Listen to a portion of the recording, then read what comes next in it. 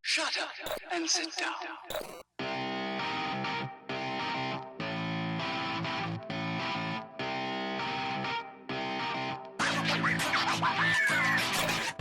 Hey, and welcome to the Freja MMA podcast, where it doesn't matter if you're a casual fan or a championship fighter.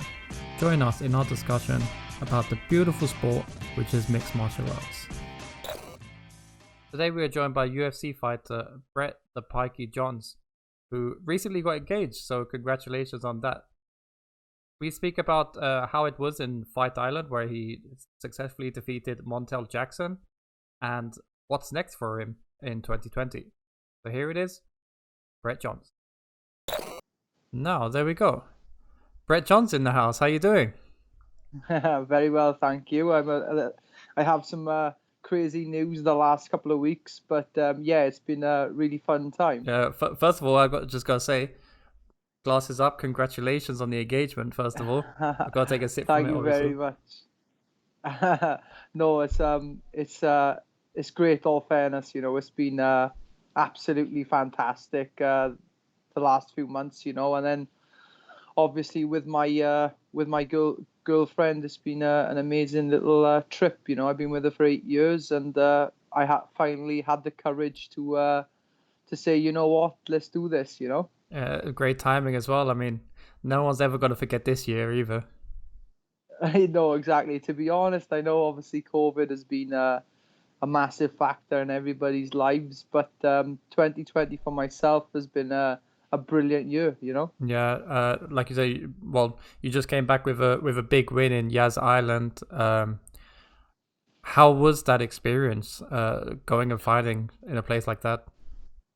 The whole experience of Fight Island was crazy. The amount of tests we had to really go through, it was something obviously that nobody's ever done before, let alone me. The whole Fight Island thing was amazing, though. We got treated very well. We were looked after. The UFC were amazing. And to be honest, it was a once in a lifetime experience. I felt like going into the actual fight, I had a really good camp with Shaw MMA and with the KGB, which was amazing, brilliant camp. The weight cut was probably the easiest one I've done. Hit 135 with hours to go, and I was able to have a little drink now and then obviously the whole experience of the weigh-ins was different, obviously with no crowd there. The only thing I'd say that was a bit of a disappointment is that I'd say, like, I didn't feel like I fought up my best ability. But having said that, my coaches are very happy. Obviously without, in my opinion, I felt like I won every round other than the first round, obviously, but I felt like I was winning that until getting caught.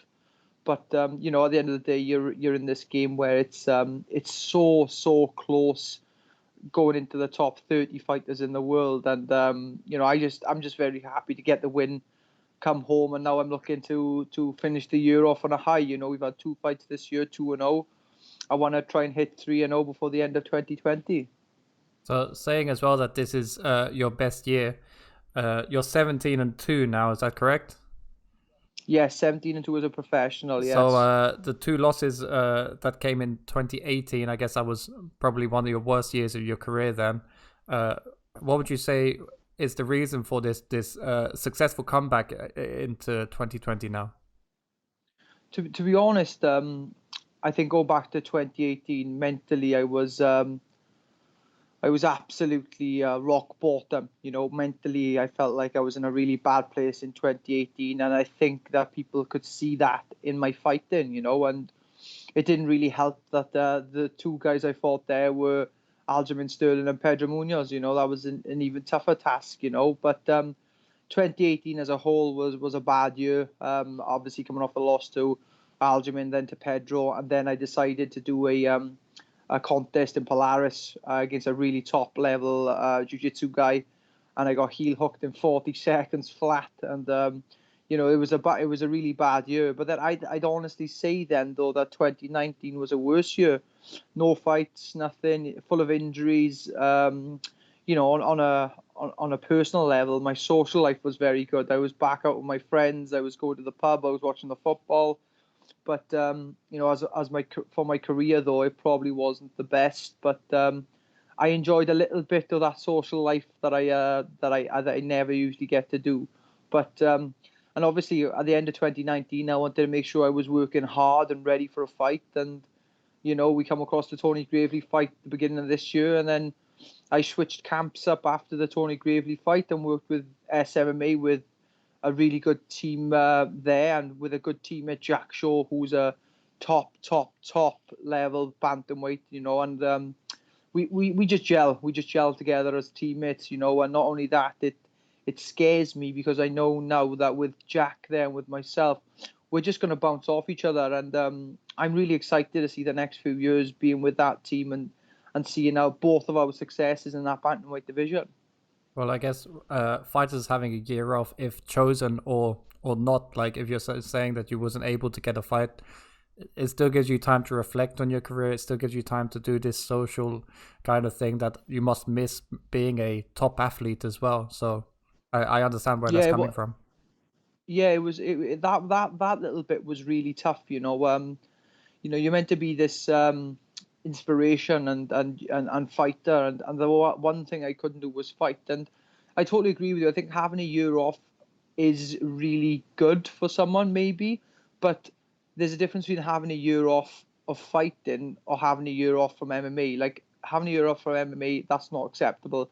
Not being able to train for a year, not being, you know, I don't agree with that. But the good thing is that when I did take my year off, I was in the gym five nights a week. So yes, I was off. I was not doing competition MMA, but I was still training as hard as I could in them hard times, even with my injuries. You know, I ruptured my MCL, my LCL, and both my knees, but I was still going training. There was other things I could work around, and even when this pandemic kicked in and back in the UK when we went into quarantine, I was still working so hard to make sure that I could get the training I possibly could. Yeah, I was seeing on some of your timelines on your social media, you was cycling during this quarantine time. Could you talk a bit about that?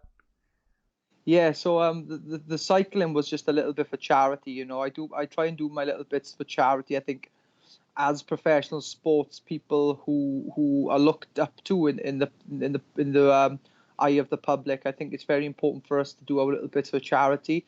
My girlfriend, now my fiance, she works in the hospital in near my area in Swansea, and she works on a children's ward with the children who are very sick. So whenever I try and raise money, I raise money for that. But for the actual bike ride itself, that was going towards Velindre Cancer Care, who look after people with terminal cancer and all different bits like that, which is obviously a horrific thing, you know. And it's just nice to raise money. You know, I managed to do little bits and bobs with my girlfriend's charity, you know, with her work and stuff.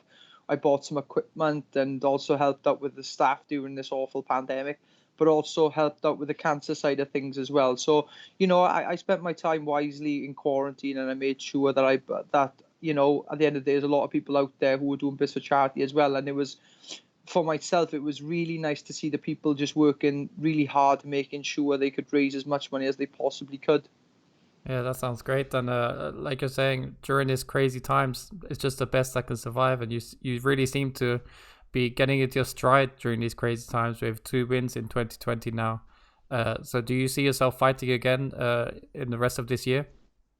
Oh, 100%. Yeah, I really want to fight again. Yeah, I spoke to my coach. My coach seems to think that it could be October time, you know, but if I'm completely honest, I'm happy to fight October, November, December time.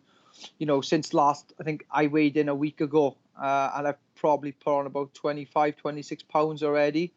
So I'm eager to get back in the gym and get that weight down. You know, I like to operate my weight around about 153 to 150. So right now I'm probably about 158. So I'm a little bit bigger than what I need to be. But it'd be nice now to get back to the gym on Monday, be with my coaches, James Wallace, Carl Parker and Richard Shaw, and try and get back into the rhythm of things and look to the next opponent, really. So here's something I can ask you about, because you're talking about going back to the gym. I think it was the UFC that released the medicals after the fights, and they did say that you was on a 45-day medical suspension. Could you shine a bit of light on that to the people that don't follow the sport in that depth, kind of what that process is like?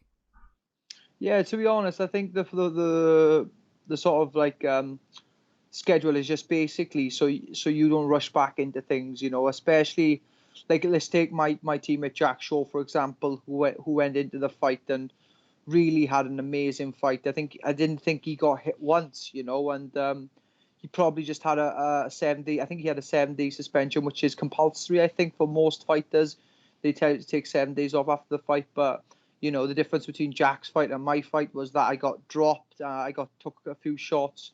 So yes, they give me a 45-day suspension, but obviously that's no contact when it comes to, like, you know, punches to the face, because I'm not sure if you can really see at the minute, but I've got a problem with my face, so that needs a scan.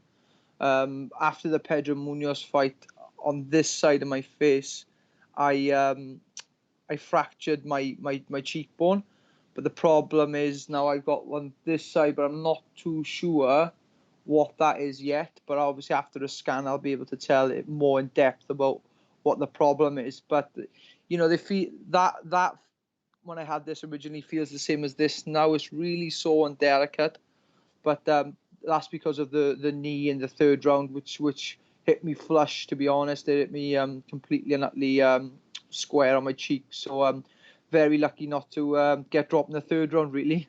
So then these suspensions can be changed with doctors' advisories, or how does that work?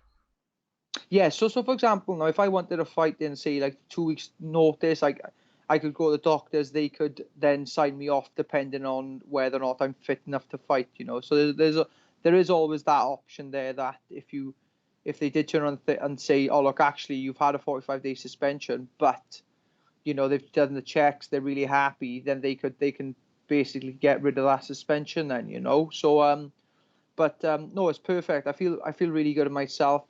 Like I said at the start, I'm not 100% happy with my performance, but you know, it is what it is. A win's a win, I guess, at this level, and getting a win against any opponent in the UFC is a massive deal. And to be honest, I sat down after the fight and looked at my record and seen 17-2, and that's something I'm very proud of. I really am proud of that record, and I fought the best of the best, and never have I ever turned down a fight, even against top level competition, and I'll continue to do it. You know, hopefully the next fight won't go like the last one, because I feel like I could have given a little bit more in different areas. You know, I wanted to stand up more with Montel, but after getting caught with that left hand in the first, it kind of derailed my momentum a bit with my striking.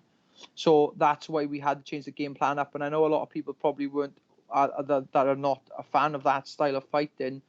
But you guys have to remember that in this game, if you turn up, you get a check, but if you win, you get another check on top. So people have got to realize that the money is different in this game. If you win, you get more money. And like, lucky enough for me, people might see it as a stalling type of style, but I don't usually fight like that. But I think I needed to at that moment, and I'm glad I have now watching the fight back. I'm glad I did take that approach. Yeah, he's not a easy fighter to get a win over Montel Jackson. I see this kind of style in the Welsh fighters, that they do want to go for the finish and they do want to put them away. So representing Wales as a whole, there's a lot of European fighters in the UFC, but when they talk about European fighters, you see England, you see Sweden, and you see Ireland, thanks to the one and only Conor McGregor. Do you feel like Welsh fighters should be put more on the map when it comes to the UFC, because you do have a lot of Welsh fighters in there? Yeah, 100%. You know, I briefly spoke about, you know, having a UFC in Wales. That would be an amazing sort of goal to have, because you know, the UK have had their UFCs. You know, England have had their UFCs. Scotland, Northern Ireland, they've all had their UFCs, and I just want it for myself, and the Welsh fighters around me. You know, Wales is the only place yet to have that UFC, and it would definitely be something I'm interested in. And you know, we got enough guys there who can take that on. You know, we have 4 fighters in the UFC at the minute, which is John Phillips, Jack Marshman, Jack Shaw, and me. Also, guys who are coming up through the ranks, someone like Orban Elliott. You got Mason Jones, who's the Cage Warriors world champion. He's another one. There's loads of guys. You know, you got Josh Reed, who's a guy who fought Nathaniel Wood in that crazy fight. You know, there's loads and loads and loads of guys who will be able to slot in them UFC world cards, and that would be amazing. And to be a part of that event, you know, I wouldn't want to be main event, co-main event, main card. I'd be happy to be the first fight of the night. You know, just to be involved in that card would be an amazing experience. Yeah, I thought it was a bit strange when the UFC released that they're doing a UFC doubling, because I did try to count the Irish UFC fighters that they have signed onto the UFC, and it's like 1 or 2. So there's not many now. So I completely understand you with that. Yeah. So moving forward, how did you feel with the whole empty arena? Because we do have some fighters that have referred it because they can hear coaches better. Some fighters that didn't like it because they prefer to fight with the crowd. Some fans like it, some fans don't. How did you feel with it?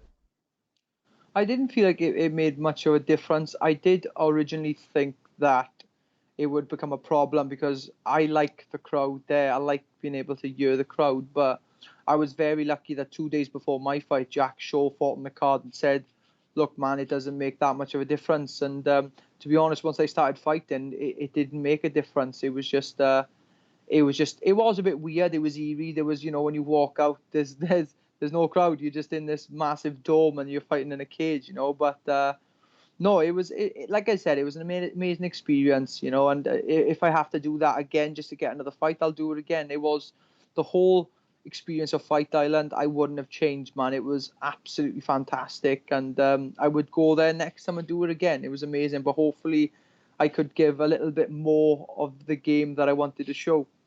And we did get one of the funnest quotes of the night as well, from one ginger to another. From yeah, and so that was a funny one. Did you get a lot of banter from your friends? You know, the ginger in Abu Dhabi and things like that. Yes, yeah. You know, people. My friends back home, they're not shy to abuse me. You know what I mean? They're not at all. But nah, it was amazing. Everybody's happy. Obviously, people understand the frustration that I have about the fight. But let's not take nothing away for it. We're just really happy to get the win, you know? Yeah, and how, because everyone was, a lot of them was talking about the heat in there as well in Abu Dhabi, that the heat was completely off the rails, and obviously coming from the UK as well, you must have really felt it. Oh, I definitely felt the heat. Like, you know, if you look at my skin color, you see I'm not exactly bronze. I'm not exactly tan, but no, it was amazing. That it made the weight cut more easier, though. You know, I was able to go for walks and stuff, and within, like, you know, being in the sun for 5 minutes, you were dripping with sweat. But I like that heat for weight cutting purposes. But I could not live there, man. That would be a different sort of experience. And like going to the actual back to the weight cut, I was with my brother, and we had like separate rooms to cut weight. And I said to my brother, he said, do you want me to turn the heating up in the room? I said, no, don't do that. I said, just open the balcony door. And he opened the balcony door. So when we started cutting weight in the night, it was so hot in that room, but it made my job easier. So what is usually your way of cutting weight? I've seen different ways, people with saunas, people with baths. What's your route to cutting your weight? To be honest, that we were lucky that they give us these like sit down saunas that we were using, and to be honest, they were fantastic. Probably the best ones I've used. But you know, I think I think it was like 7 pounds in like 2 hours. We were on weight, which is fantastic for someone like me. You know, I'm not a small guy at this weight. But yeah, like I said, you know, I did 7 pounds in 2 hours, and there was definitely, I could have given a little bit more, but you know, at the end of the day, that's all I needed to do.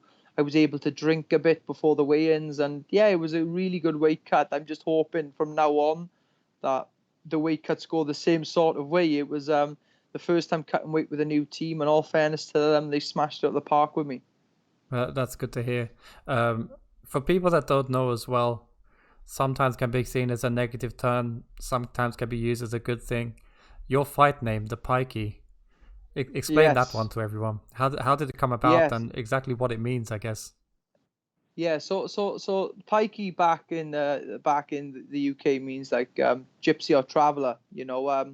Believe it or not, I have a big traveler following. And this the travelers, they're so loyal. They're so loyal to me, and they get behind me, and they're really great, hardworking people. But I had the actual nickname, and unfortunately in the UK, I don't know what it's like in Sweden, you don't get to choose your nicknames. They get given to you, and they come up with the pikey because the way I used to dress, and I used to be a fighter. I used to wear these big boots, and I think the people used to call them gypsy boots. But and because I was fighting, they associated me as the pikey from Snatch, which is a famous British film, and there's a famous gypsy in that film Played by who's Brad called the Pitt. Pikey. Yes, played by Brad Pitt. Yes, if you haven't seen that film, watch it. It's such a hysterical film. It's one of my favorite I'll also films. recommend it. But yes, but people call me the Pikey, and it's a bit ironic, really, because the Pikey's got power, and I haven't. So yeah, it's very ironic, really. So there we go, everyone. The pikey. It's not always a bad thing. Not. So you said that you want to fight again at the end of the year, if everything goes to plan. That is. Have you got any kind of thoughts on who would you want as an opponent? You got any names that's in mind? Yeah, no, there's a few fighters in that whole list in the bantamweight division, and there's not an easy fight in the UFC, unfortunately. But I felt like, my last two fights, I fought two really good up and coming prospects. So now I want to fight a guy who's probably been there and done it at the high level. So, obviously I mentioned Uriah Faber after that, after the fight. That would be an amazing fight just to have, just to, you know, I want to create a legacy. And I think someone actually messaged me, man, saying like, why are you calling out people who are done? And I don't believe that Uriah Faber is done. He beat the really top contender Ricky Simon, who was a top 15 fighter, a year ago. I don't feel like he's done. And I didn't look at that fight and think, oh, that's an easy fight, because I can assure you now it's not an easy fight. Anybody who fights Uriah Faber, they got to realize it's not an easy fight. Uriah Faber's last fight was a loss against Petr Yan, who's the champion. Let's not forget that. But that would be amazing. Or if not Uriah Faber, then people like the Dominic Cruzes, the Frankie Edgars. I want to fight someone who's going to raise my stock up, really. The guys who have been absolute champions, and it's, for me, it's crazy because these guys are my heroes. These guys are my idols. These are guys I used to watch as a kid. Like I had Michael Bisping put a photo up on Twitter of me and him after the fight, and everybody else will look at that photo and say, "Oh, look, there's Brett with Michael Bisping." But I don't look at that photo and think that. I look at that photo and say, "There's that 14-year-old fan, Brett Johns, finally getting his photo with this UFC Hall of Famer, Michael Bisping." I'm still a massive fan of this game, even though it's my job now. I'm still a massive fan, and when I see these fighters, I can't help but be starstruck. But yeah, the Faber fight would be cool. If not Faber, then someone like Dominic Cruz or someone like Frankie Edgar. Like if you look at them names alone, they're legends, and they would definitely be names I'd want to fight in the future for sure. Does it really kind of make up a good saying that your idols then become your targets in this kind of game? Yeah, your idols become your rivals. Yeah, for sure. And anybody like that, I'd absolutely love. And like I said, it's nothing personal. Like if I went in that fight and they whooped my ass in a couple of seconds, I'd still appreciate fighting them guys and being in the same cage as them guys. Yeah, I exactly agree.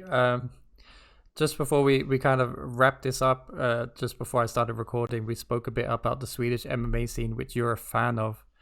Um, I heard you bring up some names there that other people probably won't know. So give me a, how about this? We give me 3 big names that's going to be coming out of Wales before everyone else knows them, and then someone that's coming out of Sweden that you've got your eye on too. Yeah, okay. So like in Wales, like three names that I can see making a massive difference in this game. One would be my main training partner, Scott Pedersen, who is a guy who has done really well at the amateur scene, but now he's turning professional. The guy is amazing. You know, believe it or not, he has a bit of Scandinavian in him. You know, I think his dad is half Norwegian, so we call him Den Kraft, which I think means the power in Norwegian. I'm not too sure on that. Don't quote me, but he's my main training partner. Such a hardworking guy in the gym, and he's so tough, and he's only young. You know, so that's number one. That's a guy who I look at and think, yeah, he's going to be a superstar. I think Scotty at the minute would probably be around about a featherweight, but there is talks that maybe future he could potentially make bantamweight, but we'll have to wait and see in that. Like I said, he's still very young in the game and still growing, you know. Also, another guy who I've been watching for a while, who's not sort of in my team, but he's a guy I'm watching, which is Aiden James, a best mate of mine. He's another guy who fights on Brave, which is an organization coming to Sweden very soon, I think. They're amazing. He's an amazing fighter, Aiden is. And I got a best friend of mine, and has been a best friend of mine for the best part of, I'd say, nearly 10 years now. I think me and Aiden have been friends for, you know. But the one guy I actually see making a huge, massive bounce in Welsh MMA, and I think he'll be the biggest thing in the sport for a decade, and that's Oban Elia. You know, guy's fighting as a lightweight in Cage Warriors. The guy can walk on water at the minute, and he's not even in proper camp. You know, he's really good and a superstar. I think Oban will fight that, like, you know, either or really. He could fight a lightweight, could fight a welterweight. He's a big lightweight, but the guy's got so much potential, and I love watching him train. Such a hard worker, such a grafter. He is definitely someone I see making a massive splash in the Welsh MMA scene for sure. And you got a name for Sweden, or you can't think of one off Yes, the head? I have. No. I can think of a few names off the top of my head for Swedish MMA. You know, I years ago, I think easily the toughest fight I ever had was in the my Cage Warriors bantamweight tournament against David Hagstrom. David was a phenomenal bantamweight, the top level European bantamweight, and really, really unlucky not to get that shot with the UFC, in my opinion. But if you're on about currently, a guy that I see also making a huge splash is Tobias Hurlia. You know, like I said to you earlier, Tobias scares the life out of me. He's like the scariest dude I've ever seen. And when someone says to me, is there anybody in this game that you're scared of? I go, there's nobody I'm scared of. Francis Ngannou, not scared. Brock Lesnar, not scared. Tobias, scared.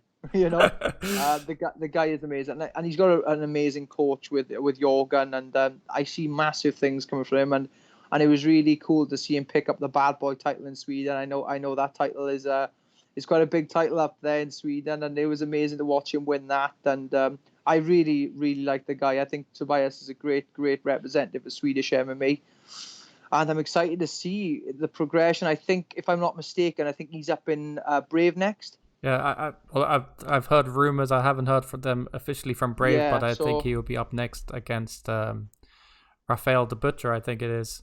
So that would be a great one. That would be a really good fight. And like I said, you know, I see Tobias not only doing well, but I see Tobias going really far in this game. His work ethic and the way he trains is amazing. And like I said, I think I'm a fan of Tobias, and I think I always will be a fan of Tobias. Yeah, he seems to be one that doesn't want to take someone that's, you know, coming off a loss or anything like that. He wants to get higher and higher on the level, but we'll kind of cut that one short before Jürgen and Tobias's head gets too big on the podcast. For sure. So we usually have this time where we allow our guests to shout out any sponsors, family, friends, anyone that's helped them recently. Yeah. So the mic's all yours now. Yeah, no, I just want to say thank you to obviously my teams, which is Show MMA and the KGB. They've been absolutely brilliant the last few months, and all my training partners there, Richard Shaw, Carl Parker, James Wallace, my coaches, my family who have been brilliant. My brother, you know, he's been a really good part of my career. Then also you got my sponsors, Watches of Wales, Hemp Valley, Beck Clever, Tatami, RNF, Luke Jones. Also a big thank you, Joe Gell Events.